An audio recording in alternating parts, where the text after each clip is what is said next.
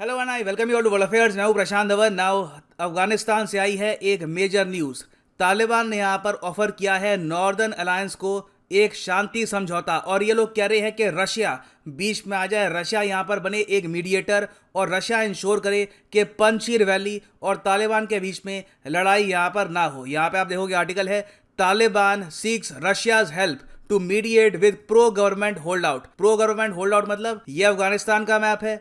Almost सारे map में आज के समय कब्जा है तालिबान का, एक्सेप्ट द पंजशीर वैली। ये जो एरिया यहाँ पे आपको मिलेगा नॉर्दर्न अलायंस, अमरुल्ला साले यहाँ पर है आज के समय। ये दोनों एक चुनौती प्रेजेंट करते हैं तालिबान को। ना मैं आपको ये बता दूं कि पिछले 24 घंटों में कुछ रूमर्स ये आए थे, कुछ रिपोर्ट्स ये आई थी कि नॉर्दर्न अलायंस ने ऑल टुगेदर सरेंडर कर दिया है। अहमद मसूद, यहाँ पे आप देख पाओगे ये अहमद मसूद, इन्होंने भी सरेंडर कर दिया है।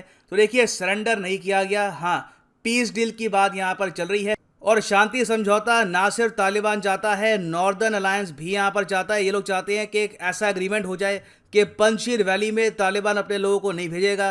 पंजशीर वैली काफ़ी हद तक मैं कहूँगा ऑटोनॉमस रहेगी, यहाँ पर अमरुल्ला साले भी रह सकते हैं। हाँ, बाकी जो यहाँ पर एरिया है यहाँ पर तालिबान का रूल चलेगा, और रशिया चाहता है कि ऐसा ही हो जाए, नॉर्दर्न अलायंस कल को तालिबान को रिमूव ना कर पाए। ना यहाँ पे आप पूछेंगे, वेट, रशिया इतना ज़्यादा प्रो तालिबान क्यों है? ये लोग क्यों नहीं चाहते कि कल को नॉर्दर्न अलायंस खड़ी हो और वापस ये लोग फाइट करें तालिबान से? तो इसका रीज़न बताने से पहले मैं आपको ये बता दूं कि जब कुछ दिन पहले न्यूज़ सामने आई थी कि पंजशीर वैली में नॉर्दर्न अलायंस फिर से खड़ी हो चुकी है, अमरुल्ला साले भी वहां पे पहुंच चुके हैं और तालिबान से ये लोग लड़ सकते हैं, उस वक्त जो रशिया के एम्बेसडर हैं टू अफगानिस्तान, दिमित्री ज़िरनोव, इन्होंने ये कहा था कि तालिबान के अगेंस्ट कोई भी रेजिस्टेंस खड़ी होगी, कोई भी फोर्स अगर खड़ी होगी तालिबान के अगेंस्ट, तो इट इज डूम्ड, ये सक्सीड नहीं कर पाएगी। और अमरुल्ला साले जो आज के समय खुद को कहते हैं कि ये है रियल प्रेसिडेंट ऑफ अफगानिस्तान, इनकी ये स्टेटमेंट भी अनकॉन्स्टिट्यूशनल है। और in the future Panjshir valley के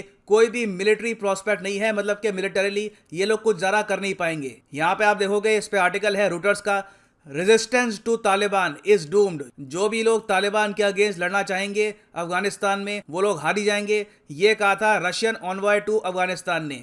ये एक और आर्टिकल है, कोई भी ऑल्टरनेटिव नहीं है, कोई भी विकल्प नहीं है तालिबान का अफगानिस्तान में। ना यहाँ पर आप कहोगे ये तो एक बहुत ही ज्यादा प्रो तालिबान स्टेटमेंट है, रशिया के एम्बेसडर टू अफगानिस्तान ये बातें क्यों बोलेंगे? देखो, इसका रीजन बहुत ही सिंपल है। रीजन पहली बात तो ये है कि रशियन एम्बेसडर ये मानते हैं कि नॉर्दर्न अलायंस कहीं से भी कोई भी चैलेंज नहीं दे पाएगा तालिबान को, क्योंकि मिलिटरीली ये लोग बहुत वीक है।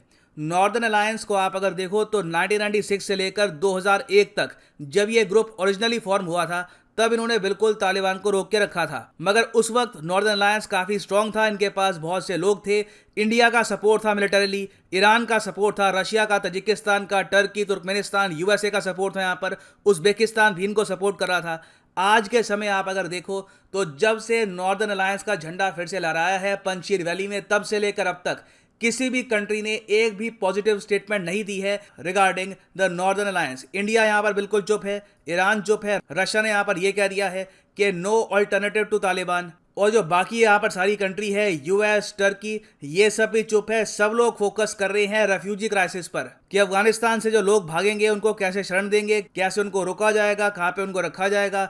नॉर्दर्न अलायंस पर किसी का भी इस वक्त ध्यान है नहीं। तो इसलिए यहाँ पर रशिया के ऑनवॉय कह रहे हैं कि नॉर्दर्न अलायंस का आइडिया मिलिटरीली इतना स्ट्रांग है नहीं, इन दी एंड तालिबान से ही बात करनी होगी आपको, अगर आपको अफगानिस्तान के साथ रिलेशंस बनाने हैं इन द फ्यूचर। ना अगला क्वेश्चन यहाँ पे आप पूछोगे कि यूएसए, इंडिया या बाकी कंट्रीज की तरह रशिया यहाँ पर बिल्कुल साइलेंट क्यों नहीं रहता, ये यहाँ पर प्रो तालिबान स्टेटमेंट्स क्यों दे रहे हैं?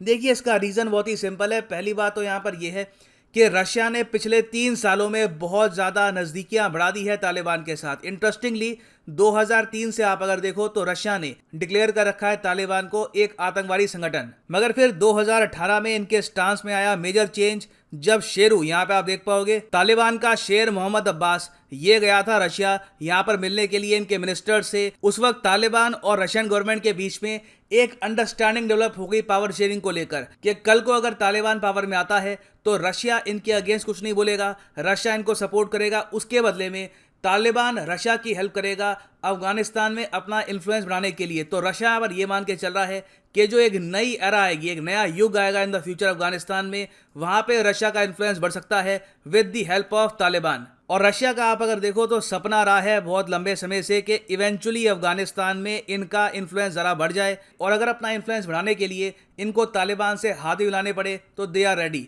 नाउ रशिया अफगानिस्तान में जो अपना इन्फ्लुएंस है ये बढ़ाना क्यों चाहेगा? इसका एक बहुत ही बड़ा रीज़न है सेंट्रल एशियाई देश, जो यहाँ पर सेंट्रल एशियन कंट्रीज़ हैं, इनकी सिक्योरिटी की जो रिस्पॉन्सिबिलिटी है ये है रशिया के पास। कल को तालिबान के साथ इनके रिलेशंस खराब होते हैं तो सेंट्रल एशियन कंट्रीज़ पे हो सकता है कि तालिबान अटैक करे या फिर यहाँ पर प्रॉब्लम्स क्रिएट करे। तो रशिया यहाँ पर मिलिटरीली इन्वॉल्व होना नहीं चाहता, तो ये लोग सिंपली ये चाहते हैं कि तालिबान की जो गुड बुक्स है उसमें ये लोग रहे, और इन द फ्यूचर अगर पॉसिबिलिटी हो तो ये नेचुरल गैस पाइपलाइन भी यहाँ पर गुजार पाएँ from Russia to central Asian countries all the way to Pakistan and India. ये इनके लॉन्ग टर्म प्लान्स हैं। तो अभी के लिए यहाँ पर देखना होगा कि क्या पंची रेजिस्टेंस जो ये पीस डील है तालिबान की ये एक्सेप्ट कर लेती है नहीं।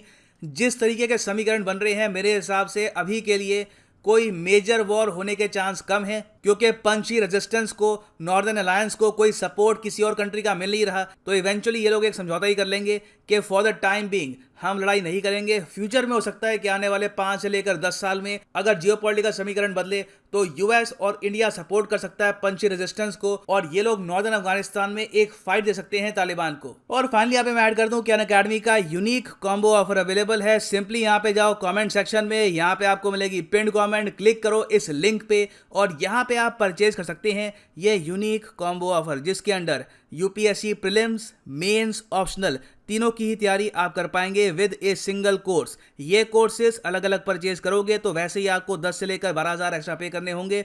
तो एक तो डिस्काउंट आपको यहाँ पर ये मिल गया, उसके ऊपर एडिशनल डिस्काउंट आपको और मिलेगा अगर आप यूज करते हैं यहाँ पे promo code PD10। The prices will fall even more. और अभी के लिए एक स्पेशल यहाँ पे ऑफर चल रहा है जिसके अंडर आपको 3 महीने एक्स्ट्रा मिलेंगे, 3 महीने एब्सोल्युटली फ्री मिलेंगे in your course. So use the promo code PD10 and save your hard earned money. So इसी नोट के साथ ये है यहाँ पर वीडियो का अंत। Thank you for listening and as always God bless you.